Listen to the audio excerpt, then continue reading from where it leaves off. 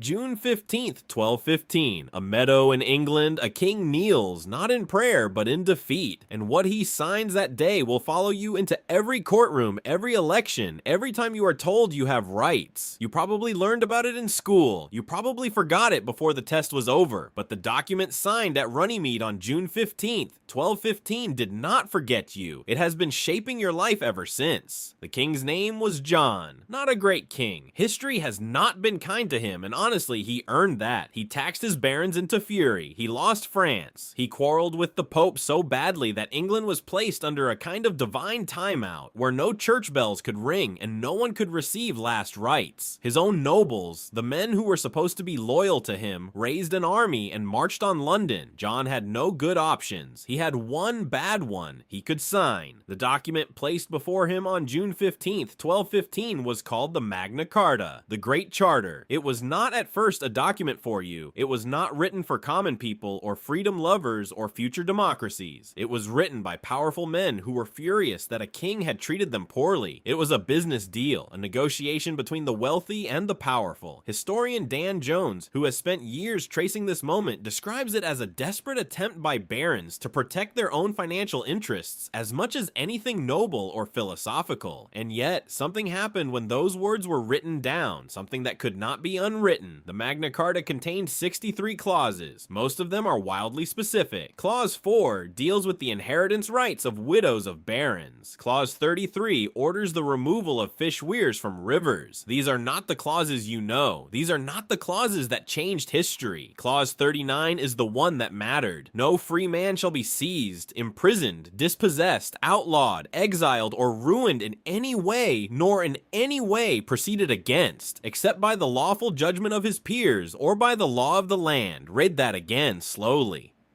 No free man shall be seized, imprisoned, dispossessed, outlawed, exiled, or ruined in any way, nor in any way proceeded against, except by the lawful judgment of his peers, or by the law of the land. This was the first time in English history that a king had admitted in writing that he could not do whatever he wanted to a person, that there were rules, that there were limits, that power had a ceiling. Historian James Holt at Cambridge spent decades studying this document, and his work makes one thing abundantly clear. The barons who wrote it did not fully understand what they had created. They were solving a problem in 1215. They did not know they were writing a founding document for the next 800 years of human rights. King John, for his part, had no intention of keeping his promise. He ran to the Pope the moment the ink was dry. Pope Innocent III annulled the Magna Carta within 10 weeks, calling it shameful, demeaning, illegal, and unjust. John was thrilled. The barons were not. Civil war broke out. King John died of dysentery the following year, still fighting, still refusing. And here's the part that should stop you cold. The Magna Carta should have died with him. It had been annulled. It had failed politically. The war it was meant to prevent had happened anyway. By every measure of the moment, it was a dead document. But the men who governed in the name of John's 9-year-old son had a problem. They needed the barons to stop fighting. They needed loyalty. They needed, in other words, exactly what the Magna Carta had offered. So they reissued it, and then reissued it again and again. It was reissued at least 4 times in the 13th century alone. Each time it was read aloud in cathedrals. Each time it was copied and distributed. Each time more people heard the words. No man above the law. Judgment by peers. Law of the land. Those words began to travel. By the 17th century, English lawyers and parliamentarians were using the Magna Carta as a weapon against kings who reached too far. Sir Edward Coke, one of the most influential legal minds in English history, argued that Magna Carta guaranteed rights that even Parliament could not override. And those arguments crossed the Atlantic with the colonists. The men who wrote the American Constitution were steeped in the Magna Carta, the Fifth Amendment, the one that says no person shall be deprived of life, liberty, or property without due process of law, is Clause 39 in modern English. Your right to a trial by jury of your peers. Your right not to be held in prison indefinitely without charge. Your right to face your accusers. All of it traces a direct line back to a meadow Meadow in England on June 15th in the year 1215. Constitutional scholar A.E. Dick Howard has written extensively about this lineage. His research shows that at least 42 of the 50 American state constitutions contain language that echoes the Magna Carta directly. 42. You almost certainly live under one of them. Think about the last time you assumed you had rights. The last time you assumed a police officer could not simply take your things without reason. The last time you assumed a court had to hear your case before you were punished. The last time you assumed a government official was not above the law. You assumed those things because someone 800 years ago wrote them down in a meadow and refused collectively to let a king pretend they did not exist. The document King John signed was meant to solve a dispute between powerful men. It was annulled in weeks. It was forgotten by most people who were alive when it was written, and yet it survived because the idea inside it was harder to kill than the paper it was written on. Today, only 4 original copies of the 1215 Magna Carta still exist. They are held in cathedrals and archives. They are fragile. The ink has faded. The Latin is difficult to read. But the next time you insist on your rights, the next time you demand due process, the next time you assume the law applies to everyone equally, you are holding a copy of it yourself. June 15th, 1215. A meadow in England, a king kneels, not in prayer, but in defeat. And that defeat is the reason you are free.